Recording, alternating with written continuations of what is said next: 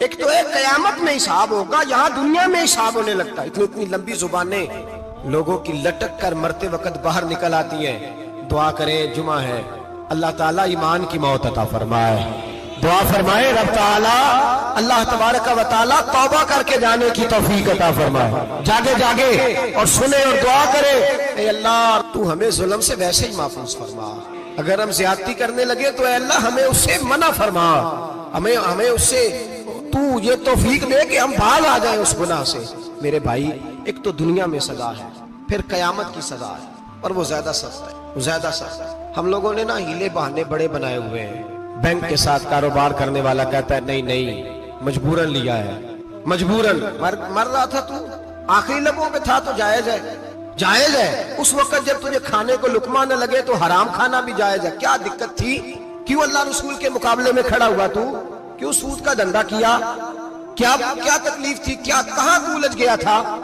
ہم جان بوجھ کے اپنے لیے جہنم کٹھی کرتے ہیں, پھر کہتے ہیں سکون نہیں زندگی میں. کہاں سکون آئے گا؟ کیسے آئے گا؟ ہم نے خود آگ لگائی ہے چمن میں اپنے. جو قیامت کی سزا ہے, میرے نبی پاک علیہ السلام نے فرمایا رب تمہیں سامنے کھڑا کرے گا. اور کس طرح کھڑا کرے گا؟ فرمایا لوگوں کے وجود سے کپڑے اتر جائیں گے, زمین اس طرح دہکے گی جس طرح تانبا زمین پہ رکھا جائے اور آگ جلائی جائے. تانبا دیکھا آپ لوگوں نے؟ یہ بھی گرمی گزری ہے نا, تو فرش پر جب سورج پڑتا تھا تو ننگے پاؤں چلا نہیں جاتا تھا. صحیح کہہ رہا ہوں؟ ننگے پاؤں, بچے کا پیر زمین پہ لگتا ہے تو چیخ اٹھتے ہیں, کہتے ہیں وہ جل گیا پیر. حالانکہ یہ فرش دنیا کے, اور اگر تانبے کے اندر خاصیت ہے کہ اگر کوئی دھات جلدی اور زیادہ گرم ہوتی ہے تو وہ تانبا ہے. میرے نبی نے مثال دی تو اس کی دی جو سخت تھا, فرمایا تانبے کی طرح زمین تپائی جائے گی اور پھر ننگے پاؤں رب تمہیں کھڑا کرے گا. آج سورج کی پشت تمہاری جانب ہے, قیامت میں منہ تمہاری جانب ہوگا. نیزہ آپ نے دیکھا ہوگا, نیزہ ہوتا تھا.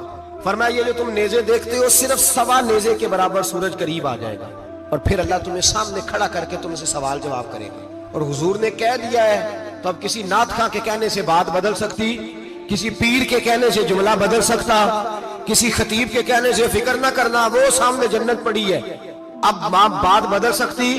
خدا کی رحمت پر بھروسہ رکھنا ضروری ہے, نبی پاک کی شفاعت کی امید رکھنا, بولیے. لیکن جو حضور نے بیان کیا ہے اس کو ماننا بھی یہ بھی ضروری ہے. میرے نبی پاک نے فرمایا اللہ تم سے حساب لے گا اور اللہ پوچھے گا, تم نے جواب دینا ہے. حضور کس کس شے کا؟ فرمایا جو پہنتے ہو اس کا جواب نہیں دینا, جو کھاتے ہو اس کا جواب نہیں دینا, جو اللہ کے راستے میں دیتے ہو اس کا جواب, باقی ہر شے کا جواب دینا ہے. ادھر جو پلاٹ ہے اس کا بھی جواب دینا ہے, اور جو بچوں کو پیسے بتائے ان کا بھی جواب دینا ہے, جو چھپائے ہیں ان کا بھی. ثم لتسألن یومئذ عن النعیم, جو کمیٹی اپنے محلے میں ڈالی ہے اس کا بھی جواب دینا ہے, جو سسرال کے علاقے میں ابا جی سے چوری ڈالی ہوئی ہے اس کا جواب بھی, سب کا جواب دینا ہے, تمام حساب کتاب. اور اللہ فرماتے ہیں میں سامنے کھڑا کر کے ہر سوال کا تجھ سے جواب, تجھے ہر سوال کا جواب. اچھا یہ جو بڑے لوگ تھے وہ حساب سے ڈرتے تھے, ہم چھوٹے لوگ ہیں ہم حساب سے ہم نہیں ڈرتے, ہم کہتے ہیں دیکھی جائے گی. بڑے لوگ جو تھے وہ حساب سے, حضرت ابوبکر صدیق دعا کرایا کرتے تھے, دعا کرو اللہ مجھ سے حساب نہ پوچھے. حضرت عمر فاروق رضی اللہ تعالیٰ عنہ اپنے بیٹے سے کہتے تھے بیٹا اپنے باپ کے لیے رحمت کی دعا کرنا, میں درگزر والا ہوں, میں حساب والا کوئی نہیں. بڑے لوگ ڈرتے تھے, بڑے لوگ. حضرت عثمان غنی قبر پہ کھڑے ہوتے تھے تو داڑھی آنسوؤں سے بھیگ جاتی.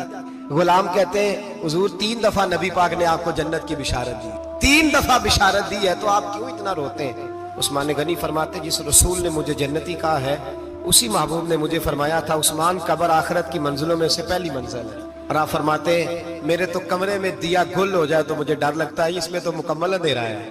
آپ فرماتے کھڑکیاں بند ہو تو دم گھٹنے لگتا ہے, اس کو تو دروازہ ہی کوئی نہیں, روشن دان تک نہیں. بھائی جو بڑے تھے وہ ڈر رہے تھے. مولا علی شیر خدا نماز کا وضو کر کے کانپتے تھے, کانپتے. علی آپ مرحب کے سامنے نہیں کانپے, خیبر کا دروازہ اکھاڑتے نہیں کانپے, بدر احد خندق حنین اور خیبر میں نہیں کانپے, تو یہاں آپ فرمانے لگے مالک کے سامنے جاتے ہوئے ڈر آتا ہے. بڑے لوگ کانپتے تھے, بڑے لوگ. آج کون سا جمعہ ہے؟ سارے بولیے. حالانکہ یہ اگلے سال دوبارہ آئے گا, ہمارا نہیں پتا کہ ہم ودا ہو جائیں کہ کیا بنے. یہ کون سا جمعہ ہے؟ آیا جمعہ تو ودا, آئے ہم. آج ایک فکر لے کر کے جانا, ایک سوچ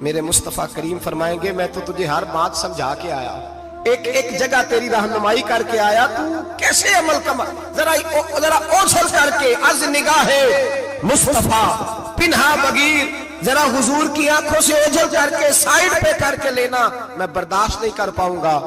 حضرت ابو علی ایتی کہتے ہیں بابے نے سر رکھا ہوا ہے اور کہتے ہیں اللہ مجھے اندھا کر کے اٹھانا. فرماتے میں گیا, میں نے کہا چلو میں دعا کرتا ہوں جا کے. فرماتے جب میں نے جا کے بزرگوں کی کمر پہ ہاتھ رکھا, ان کا چہرہ دیکھا تو یہ کوئی گناہگار تو نہیں, یہ تو بغداد کے پیر عبد القادر جیلانی ہے, یہ تو محبوب سبحانی غوث سمدانی ہے, یہ تو وہ شخص ہے جو قدم لگائے تو اللہ ولایت عطا کرتا ہے. جو بڑے تھے وہ ڈر رہے تھے. معین الملت والدین عطائے رسول ہند الولی غریب نواز حضرت خواجہ معین الدین اجمیری رحمت اللہ علیہ خواجہ قطب الدین بختیار کاکی کو تنہائی میں بلا کے کہنے لگے معین الدین سید زادہ ہے, معین الدین حضور کے خاندان میں پیدا ہوا ہے, معین الدین سے اس کے پیر کو بڑی امیدیں تھیں, معین الدین کو رسول پاک نے ہندوستان بھیجا تھا, پر قطب الدین یار معین الدین تبلیغ کا حق نہیں ادا کر سکا. حضرت خواجہ قطب الدین کہنے لگے حضور 90 لاکھ تو مسلمان کر دیے, اور کیا حق تھا؟ فرمایا نہیں, جب تو تہجد کی نماز پڑھے نا بیٹا اپنے لیے دعا مانگنا تو خدا سے کہنا مولا میرے پیر کی کوتاہیاں معاف کر. وہ جس اعزاز کا تھا وہ کام نہیں کر سکتا, جو بڑے تھے ان کی تو باتیں بڑی تھی. یہ جو ہم چھوٹے آئے ہیں نا نئے, ٹکٹیں دیتے پھرتے ہیں, ٹکٹیں, بے نمازی جاہل ان پڑھ پیر ٹکٹیں بانٹتا ہے لوگوں کو, تو بھی بخشا ہے تو بھی بخشا ہے. وہ 90 لاکھ لوگوں کو رائے حق پر لگا کے بھی کہتے تھے نہیں حق تو یہ ہے کہ حق ادا نہ ہوا, حق تو یہ ہے کہ حق کوئی شے پلے نہیں, ڈٹا ہوا کھڑا ہے مسلمان, ڈٹا ہوا. یہ حساب سنے. کسی نے حضرت ابو ہریرہ سے کہا کہ کوئی ایسی حدیث سناؤ جو آپ کو بھی بڑی محبوب ہو. حضرت ابو ہریرہ نے چیخ ماری, رونے لگے اور بے ہوش ہو گئے. پھر ہلایا, پانی پلایا, اٹھے, کہا حضور بات کی تھی حدیث سنائے, پھر رونے لگے.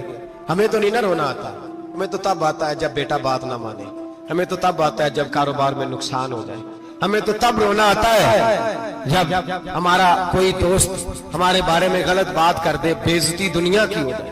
حضرت ابو ہریرہ 3 دفعہ ہوش آیا, 3 دفعہ روئے اور کہنے لگے عزیزو یہ وہ والی حدیث ہے کہ میں سوچتا بھی ہوں تو میں تڑپ اٹھتا ہوں. کہا کون سی حدیث؟ تو حضرت ابو ہریرہ کہنے لگے میں نے نبی پاک سے سنا ہے قیامت میں سب سے پہلے علماء کا حساب ہوگا, سب سے پہلے علماء کا. رب کریم فرمائے گا تمہاری دین کے نام پر بڑی موجیں تھیں, تمہارے بڑے پوسٹر چھپتے تھے, لائنیں بنا کے لوگ تمہارے ہاتھ چومتے تھے, لوگ تمہاری گڑی کو بھی چومنا اپنے لیے سعادت سمجھتے تھے. بتاؤ میرے رسول کے نام پر کھانے والوں کیا کر کے آئے ہو؟ عمل بتاؤ, عمل. موج بڑی کی نا تم نے, بتاؤ عمل. علماء عالم عرض کرے گا اے اللہ میں جگہ جگہ تیرے رسول کے دین کی بات کرتا تھا, میں قرآن کے درس دیتا تھا, میں راتیں بیدار رہ کے تیاریاں کرتا تھا, میں جو بن سکا کیا. رب فرمائے گا نہیں, تو نے تو اس لیے کیا تھا کہ لوگ تجھے پیر صاحب کہیں, مولانا صاحب کہیں, تیرے نعرے لگائیں تو لگے نہیں پھر تیرے نعرے, پھر لوگوں نے لمبے لمبے القابات پکارے نہیں تیرے. حضور سید عالم علیہ السلام فرماتے ہیں پہلا حساب اس کا لے گا جو عالم کہلاتا تھا. رب پوچھے گا تجھے طاقت دی, ہمت دی, بولنے کی صلاحیت دی, اپنے فضل سے دی, بتا کیا کما کے آیا ہے. حضرت ابو ہریرہ روتے ہیں, کہتے ہیں میں بھی تو حدیثیں سناتا ہوں, میں بھی تو عالم ہوں, میرے پیچھے بھی تو لوگ بھاگتے ہیں. لوگوں بتاؤ اگر اللہ نے ابو ہریرہ سے پوچھا تو کیا جواب دے گا؟ اللہ فرمائے گا علماء کے لیے بخاری مسلم ہے, انہیں اٹھاؤ اور جہنم میں ڈال دو. امام غزالی فرماتے ہیں اگر کسی عالم کو سزا ملی تو سخت سے سخت عالم کو ملے گی. دعا فرمائیں اللہ میرے جیسے لوگوں کو ہدایت کا رستہ عطا فرمائے, اور جو کہتے ہیں سمجھتے ہیں اللہ اس پر عمل کی توفیق عطا فرمائے. فرمایا حضرت ابو ہریرہ نے دوسرے نمبر پر سخی اللہ کی بارگاہ میں کھڑا کیا جائے, مالدار. رب فرمائے گا بول, کچھ ایسے بھی تھے جن کے پاس شام کی روٹی نہیں تھی, تجھے میں نے تیری تجوری بھر کے تجھے دولت عطا کی, تجھے وراثت میں نے مربع دیے, جائیدادیں دی. بتا وہ کچھ وہ تھے سویرے مزدوری کرنے جاتے تھے, کما کے لاتے تھے, ہزاروں روپیہ تیری بینک میں پڑا تھا, بتا کیا کیا تو نے؟ اے اللہ میں نے مسجد میں دیے, مدرسے میں دیے, 30 دن افطاریاں پکاتا رہا, اللہ فرمائے گا تو جھوٹ بولتا ہے, تو سارا کچھ اس لیے کرتا تھا کہ لوگ تجھے سخی کہے. ہاں ہاں تیرا اعلان ہوا مسجد میں, لوگوں نے کہا وہ دیکھو کتنے پیسے دے رہا ہے, اس کا وہ دیکھو نام لکھا ہوا ہے ہسپتال کے ایک کونے میں کہ یہ والا بلاک فلاں سیٹھ صاحب نے بنایا, یہ دیکھو لکھا ہوا ہے کہ یہ کمرہ مدرسے کا اس نے بنایا, تو لکھ دیا گیا, نعرے لگ گئے, اب جا دوڑ جا. اللہ جہنم میں پھینک دے گا. فرمایا پھر شہید کھڑا کیا جائے گا. ہاں بھائی تجھے طاقت دی, ہمت دی, بتا کہاں خرچ کی, کہاں؟ اے اللہ شہید ہی ہو گیا. فرمایا وہ تو اس لیے ہوا تھا کہ لوگ تجھے شہید کہیں, بہادر کہیں, تیرے نام پہ روڈ کا نام رکھا جائے, تمغائے حسن کارکردگی ملے, سو مل گیا. میرے لیے بتا کیا کر کے آیا ہے, میرے لیے. اسے اٹھاؤ اور جہنم میں پھینک دو. بھائیو عذاب کڑا ہے, عذاب سخت ہے, حساب سخت ہے, اور جو حساب لینے والا ہے اس کو. میں نا تراویح ہو رہی تھی تو قاری صاحب نے ایک سورہ یاسین شروع کی, وَامْتَازُوا الْيَوْمَ أَيُّهَا الْمُجْرِمُونَ. اللہ فرماتا ہے قیامت میں کہوں گا مجرم جو ہے نا وہ صفوں سے باہر آ جائے, صفوں سے باہر آ جائے. ایک ہمارے فزکس کے ٹیچر ہوتے تھے تو بڑی سخت چھڑی مارتے تھے, تو جب وہ قد بھی بڑا تھا, جلال بھی بڑا تھا, اور اصول بڑے اچھے انسان تھے لیکن سخت, تو مجھے یاد آتا تھا کہ جب وہ سویرے آ کے کہتے جس نے کام نہیں لکھا وہ باہر نکل آئے.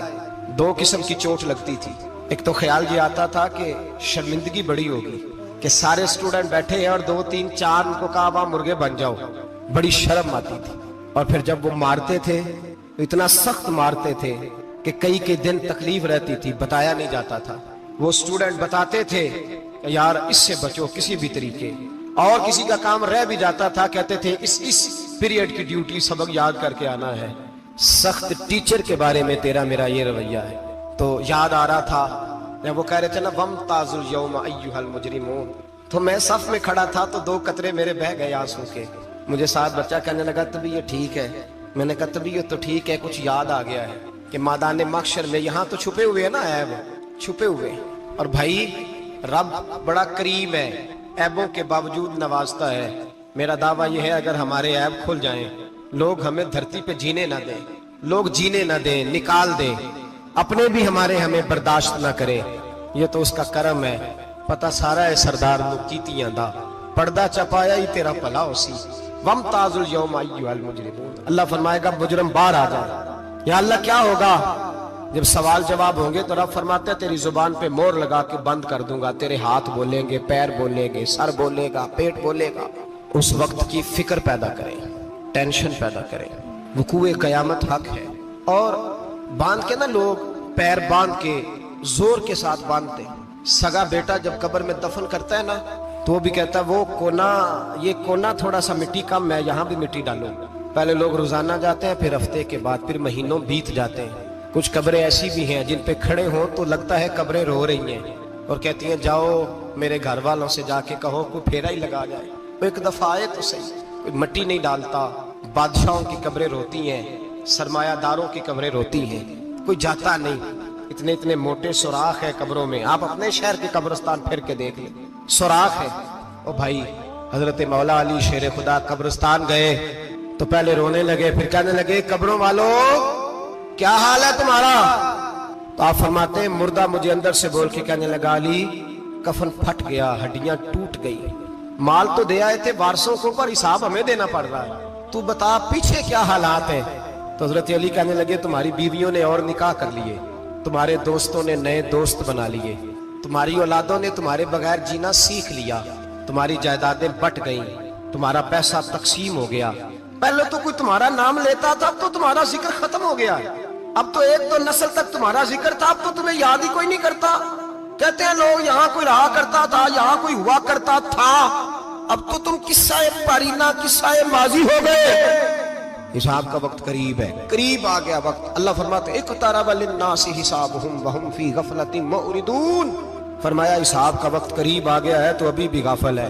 جمعۃ الوداع ایک پریشانی لگانے کا ارادہ تھا, بڑی پریشانیاں پالی ہیں, ایک پریشانی اور پال لو.